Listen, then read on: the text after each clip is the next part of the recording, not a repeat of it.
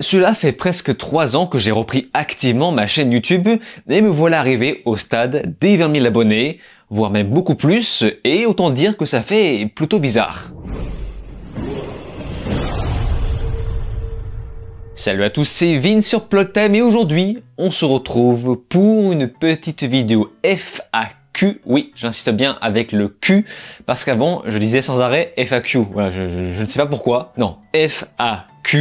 Ça fait longtemps que je ne l'ai pas fait. Je me suis dit que j'allais gentiment attendre d'atteindre le stade des 20 000 abonnés, que j'ai largement dépassé. Et je me suis même presque demandé si j'allais pas plutôt attendre les 30 000 avant de faire cette vidéo. Ce que je n'ai pas fait parce que, à mon avis, je ne les passerai pas les 30 000 avant un petit moment. Donc, il vient en vie pour la forme symbolique, je décide de faire cette vidéo maintenant. Et avant d'aller plus loin, je sais que beaucoup de gens qui me suivent ne l'ont pas encore fait, car je le vois dans les statistiques, la majorité des gens qui regardent mes vidéos ne sont pas abonnés à ma chaîne. Donc, à ceux qui ne l'ont pas encore fait, eh bien j'insiste avec ça, abonnez-vous à ma chaîne YouTube. J'insiste aussi avec le fait de cliquer sur la cloche et aussi de me rejoindre sur les réseaux sociaux, notamment Twitter. Je suis un peu plus actif qu'avant. Je réfléchis aussi à comment faire pour rendre mon Instagram un peu plus vivant. Bref, comme je vous le disais, à l'occasion des 20 000 abonnés, j'ai décidé de vous préparer une vidéo FAQ, mais pour ça, forcément, il faut qu'on me pose des questions. Ce faisant, j'ai donc décidé de créer un post à cette occasion. Le problème, c'est que j'ai complètement oublié que les gens qui se baladent sur YouTube, en vérité, ne lisent pas le contenu des posts. Ils se contentent juste de regarder la vignette, l'image. Et vu que sur l'image que j'ai jointe sur ce même post, j'ai marqué en gros 20 000 abonnés, les gens se sont juste dit « Oh tiens, il fait juste un post » pour dire « Wouhou, j'ai dépassé les 20 000 abonnés !» Ce qui fait qu'une grosse partie des gens dans les commentaires m'ont juste dit « Bravo, 20 000 abonnés !» Alors qu'en fait, c'est gentil, hein. Sauf que l'objectif de ce post, c'était juste que vous puissiez poser une question. Donc maintenant, pour la prochaine fois, je le saurai, si je prépare une nouvelle vidéo FAQ, je posterai carrément une photo où il y aura marqué « Posez-moi une question ». Point. Là au moins, c'est clair. Mais oui, c'est clair. Il ne faut surtout pas que je parle des abonnés, parce que sinon, les gens vont juste me féliciter. Ce qui est très gentil, encore une fois, mais ce qui n'était pas le but, et c'est dommage parce que je pense qu'une partie des gens qui m'ont félicité avaient des questions peut-être pertinentes, et à la place, j'ai eu beaucoup d'autres questions un peu plus superficielles, mais j'y reviendrai. Et avant d'aller plus loin, très important, ce n'est pas la première fois que je vous en parle, mais j'ai fini les travaux concernant la partie souscription de ma chaîne. Des souscriptions qui vous permettront d'avoir des avantages en retour, comme par exemple le fait que je réponde en priorité à certains commentaires, comme le fait de vous proposer des vidéos en avant-première. Bref, il vous suffit simplement de cliquer sur le bouton rejoindre, et là vous aurez tous les détails. Vous verrez également les badges associés à vos souscriptions, les badges, les emojis, et plus vous allez souscrire à ma chaîne, plus je pourrai mettre d'emojis différents. J'ai même préparé une vidéo explicative à ce sujet si vous cliquez sur le bouton rejoindre, donc n'hésitez surtout pas à le faire si vous en avez les moyens, et ça m'aiderait beaucoup pour le bon développement professionnel de ma chaîne YouTube. Bien, on va maintenant entrer dans le vif du sujet, et comme je l'ai précisé dans mon post, je ne répondrai pas aux questions auxquelles j'ai déjà répondu dans ma première vidéo FAQ, et je mets le lien en annotation. Donc commençons par Orteil et Lord Bolrog, qui me demande si je joue aux jeux vidéo. Et alors c'est très simple, on va faire une expérience ensemble. Vous allez sur ma chaîne YouTube, vous allez dans l'onglet vidéo, vous descendez en bas et oh, incroyable! Non, mieux, j'ai une meilleure idée. Vous allez carrément sur la page d'accueil de ma chaîne YouTube, donc ce qui est encore plus facile à trouver. Vous descendez un tout petit peu et oh, incroyable! On dirait de la magie. Nous avons Doc Brown qui me demande quel est mon Spielberg préféré. Et alors ça, pour le coup, c'est une question très difficile. Car pour moi, cet homme a fait beaucoup trop de chefs-d'œuvre et beaucoup de films que je vais préférer de façon plus subjective. C'est aussi un des rares réalisateurs à avoir créé autant de films en maintenant quasiment le même niveau sur sa longue carrière. Donc voilà, je précise, ce que je vais dire, c'est vraiment très subjectif. Parce que le premier qui vient en tête, c'est vraiment Indiana Jones et la dernière croisade. En deuxième position, je mettrais Jurassic Park, et en troisième position, et là je sais que ça va m'en faire hurler plus d'un, je mettrais Hook. Je sais que c'est pas le meilleur film de Spielberg, c'est même celui qu'il aime le moins. Voilà, on a posé la question à Spielberg, il a clairement dit que qu'il n'aime pas ce film. Voilà, il n'aime pas le film qu'il a réalisé. Il ne savait pas si le résultat allait faire kitsch ou non. Et ça n'empêche que pour moi, Hook a émerveillé mon enfance. Ce film est magnifique, la thématique est magnifique, la musique incroyable. Enfin, vraiment, John Williams est un fou. Je pourrais aussi mentionner Arrête-moi si tu peux, qui est un film qui a également marqué mon début d'adolescence. Mais j'insiste toujours pour dire que c'est vraiment subjectif parce qu'il y a toute une liste de films qu'il a fait et qui pour d'autres seront beaucoup mieux considérés comme des classiques, des chefs-d'œuvre. Je pense par exemple à E.T. ou encore Le Soldat Ryan, qui sont des films incroyables mais qui n'ont pas marqué mon enfance. Tout simplement parce que je ne les ai pas découverts comme tel. Raphaël Sago me demande si j'envisage de parler de vieux films. Et ça, c'est une question un petit peu symptomatique des autres commentaires que j'ai pu voir sur ce post, c'est que ça manque un petit peu de précision. De quoi tu me parles exactement quand tu me dis vieux film? Qu'est-ce qu'un vieux film pour toi? Est-ce que un vieux film, c'est un film qui est sorti il y a 1 an, 2 ans, 3 ans? Enfin, parce que si on va par là, ça fait longtemps que je parle de vieux films sur ma chaîne. Je veux dire, j'ai déjà fait une vidéo sur la trilogie Le Seigneur des Anneaux. Concrètement, ce sont des vieux films. Donc est-ce que tu parles des films avec Louis de Funès ou simplement un film qui n'est plus d'actualité? Dans les deux cas, oui, je parlerai de ce type de film.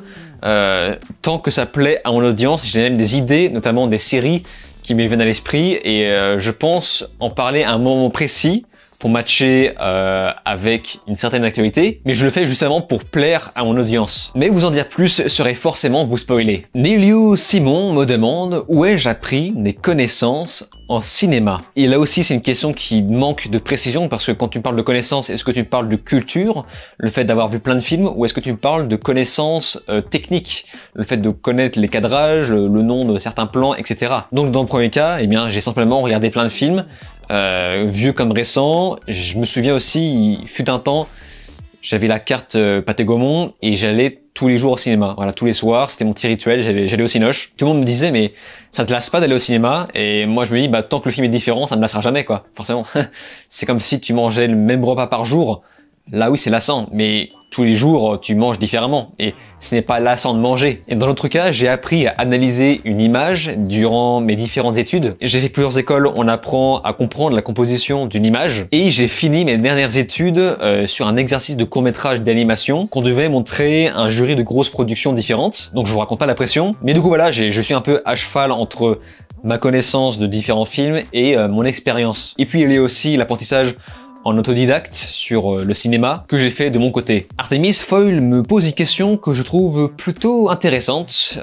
Il me dit, ça t'angoisse de penser que tu puisses être catégorisé comme un youtubeur cinéma de droite. C'est un truc de nazi. Et alors, ça me fait plaisir que tu me poses la question parce que ça va me permettre de mettre fin à quelque chose, de me libérer d'un certain poids. La réponse est oui, ça m'angoisse parce que ce n'est tout simplement pas le cas. Je me définis personnellement comme ni de droite ni de gauche. La grande différence, c'est que la gauche a volontairement pété le baromètre central de la neutralité, ce qui fait que les gens de gauche d'avant sont aujourd'hui considérés comme de droite parce qu'ils ne progressent pas assez vite, vous voyez. Et j'ai vu sur le Twitter d'Elon Musk, il est mis un dessin, une illustration très rigolote où il reproduisait ce schéma de la gauche d'avant et d'après, ce qui fait que tous les gens de centre-gauche d'avant sont aujourd'hui considérés comme de droite. Pour moi, la gauche d'avant consistait à être proche du peuple, et aujourd'hui la gauche s'est convertie en progressiste, et si tu n'adoptes pas à leurs idées, et parce que forcément il y a forcément un truc auquel tu peux pas être d'accord, eh bien tu n'es plus de gauche. Enfin, c'est très bizarre, quoi. Mais c'est vraiment un sujet très vaste et complexe parce que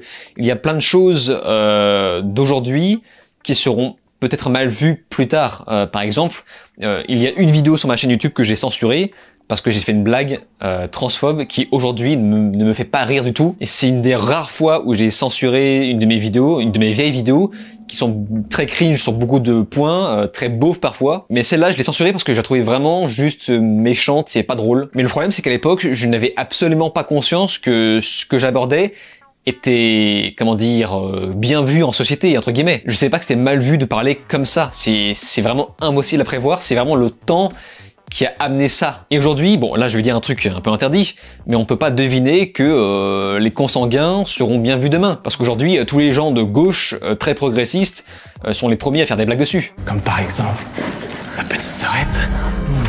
Putain, vous êtes frères et sœurs, mais vous êtes dégueulasses! La force, c'est pas juste un truc qu'on se transmet de génération en génération. Sinon, tous les utilisateurs de la force sont tous des consanguins. Et ça, c'est un peu chaud. Donc voilà, c'est pourquoi dans ce débat-là, je ne me positionne pas, je me considère comme ni gauche ni droite. Et je n'aime pas qu'on dise que je suis un youtubeur cinéma de droite, parce que ce n'est pas vrai. Ce n'est pas parce que j'ai un peu plus de franc-parler que voilà, directement c'est droite. Je sais que, par exemple, Dirty Tommy ou encore Merage, si je ne me trompe pas, arrêtez-moi si je me trompe, mais il me semble qu'ils sont plus à gauche. Et pourtant, t'en as d'autres qui les catégorisent de racistes. J'ai vu ça sur Allociné, des gens qui se plaignaient que apparemment ils disaient des trucs racistes, ce qui n'est bien sûr pas vrai, quoi. On poursuit sur Anthologie qui me demande si j'ai des projets en cours. Et en effet, j'ai une montagne de projets, j'en ai vraiment beaucoup trop. Oh là là, j'ai plein d'idées, oh, je suis trop fort. que ce soit pour YouTube ou encore d'autres choses beaucoup plus grandes. J'ai tellement de choses de prévues que je ne suis pas sûr de voir ça de mon vivant. Mais encore une fois, vous en dire plus, ce serait vous spoiler. Maxime Derminer me demande si mes vidéos sur les anus du pourboire ont fait grandir ma chaîne. Alors oui et non. Disons plutôt que c'est l'aboutissement d'un tout après 3 ans de travail sur ma chaîne YouTube. Les Anneaux de Pouvoir restent quand même ma série de vidéos qui a fait le plus vue sur ma chaîne, mais ça n'empêche que avant d'arriver à ce stade de 23 000 abonnés, 23 600 je crois à l'heure actuelle, ce n'est pas juste cette série qui m'a rapporté tout ça. Avant j'étais vers 18 000. Il fallait que je rame en faisant des vidéos pour ramener ce public, ramener ses abonnés. Par contre, ce que je pense fortement, c'est que les Anneaux de Pouvoir, et même Game of Thrones, mais surtout les Anneaux de Pouvoir, ça a permis de créer une alchimie entre moi et les gens qui me suivent. C'est la première fois que je ressens ça, et ce qui fait que quand je poste une vidéo sur ce même sujet, ou même un sujet qui a un rapport avec la fantasy, et je l'ai encore compris quand j'ai posté ma vidéo sur The Witcher, le fait qu'Henry Cavill parte, eh bien j'ai vu que ça plaît aux gens, que ça marche. Et voilà, je sais maintenant qu'est-ce qui se passe dans la tête, c'est des gens qui me suivent. Et ça, c'est un truc que je n'avais pas avant. Avant, je pataugeais, il n'y avait pas vraiment de fil conducteur qui reliait les abonnés à moi. Et maintenant que les Anneaux de Pouvoir est sorti, j'ai réussi à créer ce lien avec les gens, entre ma passion et les vidéos. Nous avons ensuite le commentaire de Gandalf avec un avatar de Gollum, ça annonce la couleur, qui me troll depuis plusieurs mois. Mais vu que je suis sympa, j'ai décidé quand même de le mentionner. Il peut dire merci à la série préquelle au Seigneur des Anneaux. Les vidéos putaclic, ça paye bien. Eh bien, première chose, la série préquelle a un nom, elle s'appelle Les Anneaux de Pouvoir. Et deuxième chose, eh bien, c'est tout simplement faux. Voilà, n'en déplaise à ce commentaire. Car une vidéo putaclic consiste à proposer un contenu mensonger par rapport au titre et à la vignette. Or, mes titres et mes vignettes sur la série Le Seigneur des Anneaux m'ont semblé parfaitement en raccord avec le contenu. Et je crois que mon public pourra sans doute le confirmer. Vous êtes d'accord pour dire que lorsque vous cliquez sur une vignette où je parle des Anneaux de Pouvoir, vous ne vous êtes pas trop fait arnaquer. Enfin bref, un petit commentaire de con, mais rigolo quand même. Et on poursuit sur Pascal Kerbel Production Vidéo, ainsi que Seb Design, je crois que c'est Seb Design, qui me demande une question que tout le monde me posait, même durant ma première FAQ, et j'ai un petit peu esquivé le sujet. En gros, pour faire simple, on me demande quel est mon vrai travail.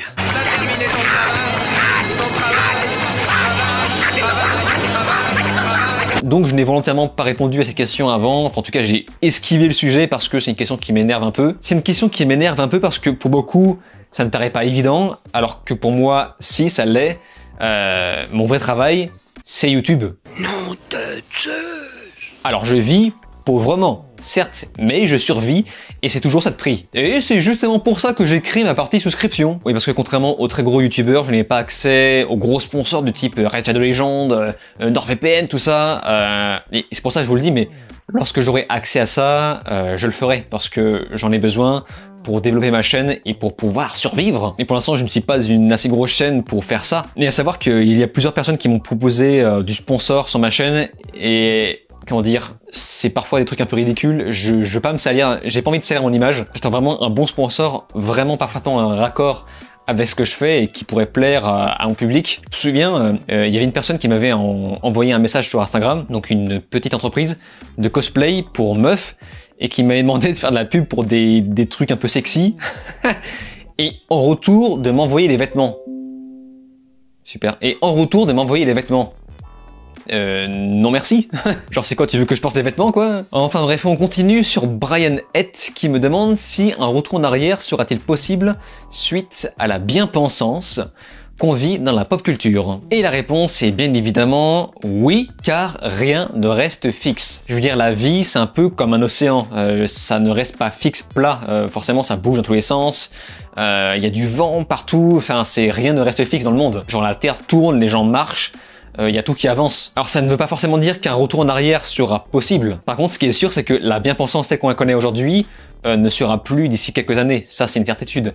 Je vais pas revenir sur le côté chewbackesque que j'avais profondément abordé dans ma vidéo sur Halo. Mais ça, ce qui est sûr, c'est que ça ne pourrait pas durer sur le long terme. Et pour moi, House of the Dragon, c'est clairement un premier pas.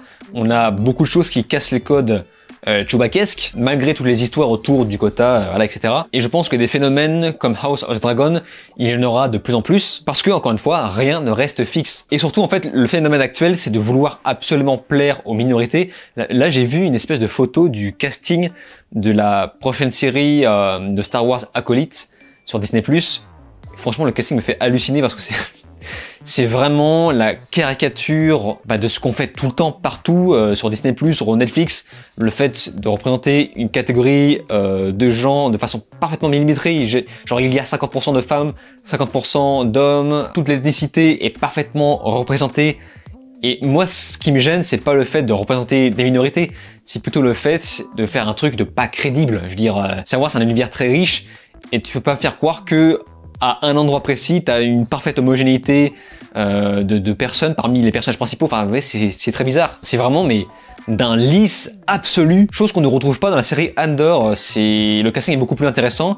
On voit que les acteurs n'ont pas été choisis juste pour leur physique. Il y a des gens ni beaux ni moches, voilà. Et tout ça pour dire que, au bout d'un moment, les producteurs commenceront à être à sec à force de vouloir plaire aux minorités. Je pense par exemple à la série Miss Marvel, qui apparemment n'a pas beaucoup marché, donc c'est vraiment pour un petit public de niche. Et ils vont vite comprendre que la nature reprend toujours ses droits. Et pour moi, l'exemple parfait, c'est l'engouement qu'il y a eu autour du personnage de Daemon dans House of the Dragon, qui est pourtant la figure parfaite de ce que combat l'Occident, notamment l'Occident américain, mais depuis plus de 10 ans. C'est-à-dire que Daemon, c'est un blanc déjà, hétéro, dominant, et surtout extrêmement toxique avec les femmes.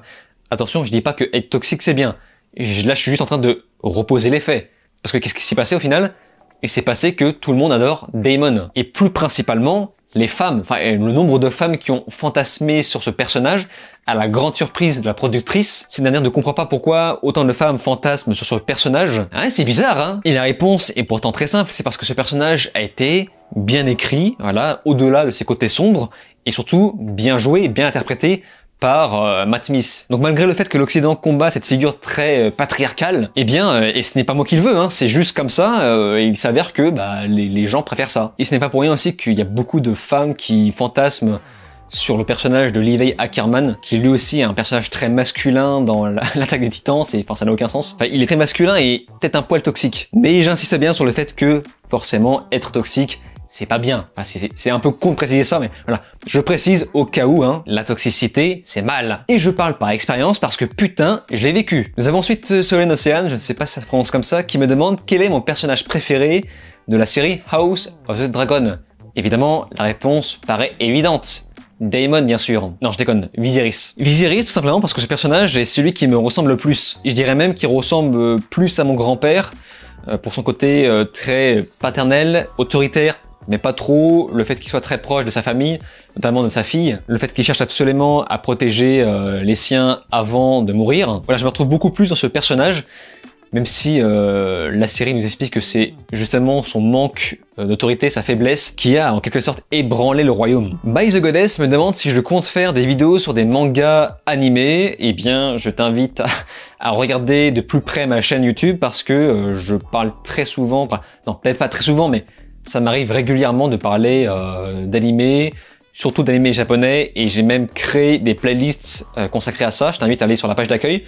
On a une liste de playlists, lol, et tu peux voir une playlist consacrée aux animés japonais. Clark Gable me demande si j'ai une série que j'attends. Eh bien pour ma part, je suis curieux de voir à quoi va ressembler la série sur The Last of Us, même si le casting et le réal aux commandes me font très très peur, et surtout je crains que cette série soit l'aboutissement de tout ce que je déteste, tout ce qui m'énerve dans la pop culture actuellement. Tout ce qui a pu également m'énerver dans The Last of Us 2, puisque c'est le même directeur qui est aux commandes, je rappelle. Donc voilà, cette série me fait autant envie que peur. Clem me demande si j'ai reçu beaucoup de vagues de haine depuis mes vidéos sur les ailes de pouvoir. Eh ben, je t'invite à regarder le commentaire de Gandalf. Bon, la réponse est oui, évidemment, j'ai reçu une vague de haine en commentaire, c'est waouh, la vache, c'est à tel point que j'ai été obligé de lever le pied. Enfin, fallait vraiment que je prenne une décision parce que c'est pas possible de lire tous les commentaires comme ça. Enfin, moi, avant, je disais à la fin de mes vidéos, je lis et réponds à quasiment tout le monde. Après, je disais, je lis quasiment tous vos commentaires. Et là, j'ai changé ma phrase. Je ne sais pas si vous avez remarqué, mais maintenant, je dis, j'y porterai attention. Voilà.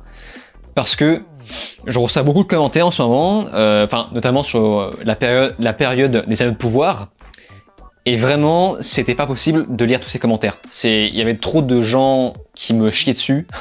Alors évidemment, les commentaires positifs, ça fait plaisir, mais quand tu vois un commentaire négatif qui te chie dessus, c'est la première chose que tu regardes, ton regard est aimanté, et c'est une chose qui est difficile à expliquer. Je pense que si vous ne vivez pas ce que je vis, vous pouvez pas comprendre, mais recevoir autant de commentaires, ça détruit. Et au bout d'un moment, je me suis posé la question, je me suis dit, est-ce que j'arrête de lire les commentaires?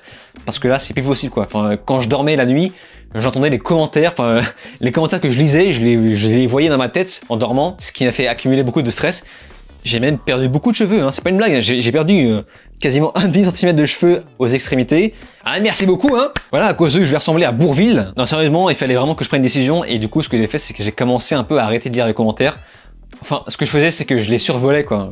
Et du coup, quand je voyais que ça commençait à me chier dessus, je passais aux commentaires suivants. Ce qui était également le cas de ma vidéo où je parle de la polémique sur les zones de pouvoir, sur l'ethnicité des acteurs choisis. Je savais que quoi qu'il arrive, au moment où j'allais poster ma vidéo, quels que soient mes arguments, qu'ils soient bons ou mauvais, je savais que les gens allaient dire la même chose, parce que les gens qui me traitent de raciste sont des gens qui forcément n'auront pas regardé la vidéo. Enfin, je connais par cœur les gens. Et évidemment, il y a beaucoup de commentaires de gens qui sont passés complètement à côté de ce que j'ai dit. Ça ne sert à rien, quoi. Au bout d'un moment, j'étais obligé de lever le pied. Donc franchement, c'est une expérience et j'ai appris des choses.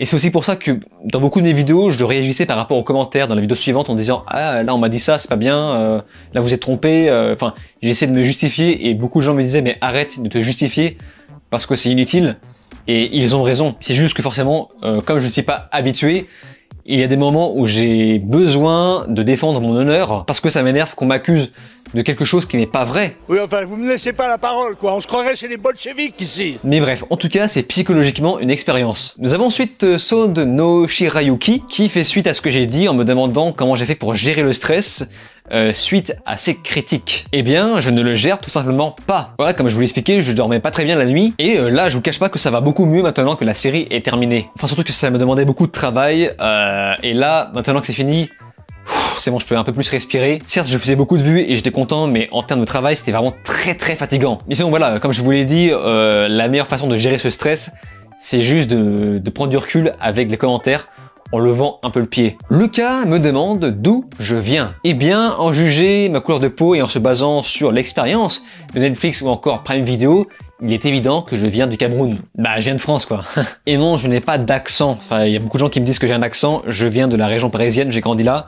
C'est juste que, comme j'essaye d'articuler dans mes vidéos, ça peut sonner comme un espèce d'accent, alors que non, je n'ai pas d'accent. Il faut savoir que je suis un peu bègue dans la vraie vie. J'ai beaucoup de mal à articuler, et c'est une chose que j'essaie de corriger dans mes vidéos, et ce qui peut donner l'impression que j'ai un accent. Nous avons ensuite le commentaire de Kate qui me pose une question qui, pareil, je pense, soit est trop précise, soit pas assez, qui me dit « Est-ce que tu as lu tous les livres de J.R.R. Martin ? Si oui, penses-tu que l'idée de l'adapter en format série plutôt que film plus série soit plus judicieux ?» Voilà. Et là, j'ai du mal à comprendre la question parce que c'est soit l'un soit l'autre, quoi. Soit série plus film. Enfin, je ne comprends pas, quoi. Enfin, pour moi, si on a besoin de l'adapter en série, on le fait en série. Si on a besoin de le faire en film, on le fait en film. Si on a besoin de faire les deux, on fait les deux. Enfin, voilà. Pour moi, les deux sont faisables. Mais c'est vrai que le format série est le plus approprié pour adapter n'importe quel livre parce qu'on peut apporter beaucoup plus de détails. Katsui Shibata me demande qu'est-ce que je pense de Destination Finale. Eh bien, c'est très simple, c'est rigolo une fois, mais pas deux. Et pas 5 non plus. Cien Blue me pose une question qui, pareil, m'a semblé un peu imprécise. Aurais-je à nouveau le même succès sur mes vidéos que les Anneaux de pouvoir? Donc, est-ce que ça veut dire que...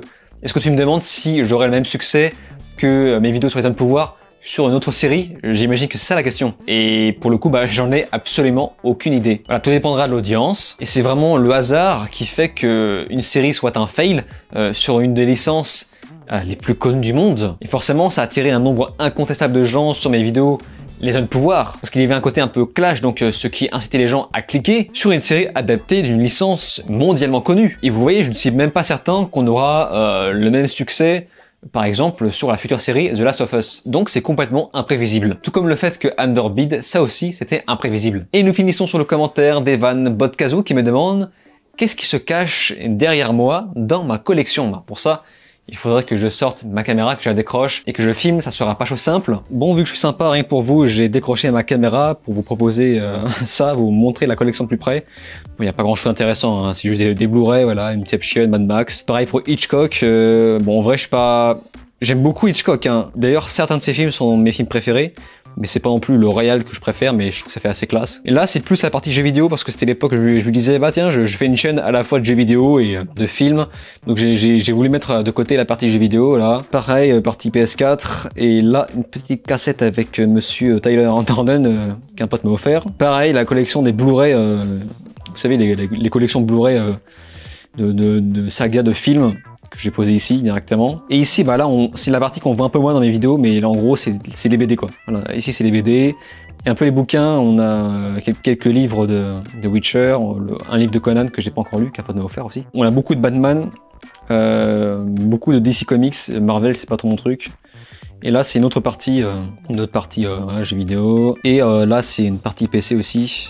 Là on a une partie manga avec des Berserk et quelques livres. Et par contre, bon, je ne vais pas descendre plus bas parce que c'est un peu plus intime, hein. J'ai pas envie qu'on voit tous mes godemichés et mes fouets, voilà. Donc voilà, je voulais donner un aperçu de ma petite collection derrière moi. En tout cas, je vous remercie de me suivre et de ne pas vous être désabonné à ma chaîne YouTube après les Anneaux de Pouvoir. En fait, j'avais peur que les gens se cassent après cette série de vidéos, ce qui n'est pas le cas, et mon audience a quasiment doublé pour un sujet un peu plus lambda, ce qui est cool. Et là où c'est cool aussi, c'est que l'aventure est très loin d'être terminée parce qu'il y a d'autres sujets qui arrivent, forcément.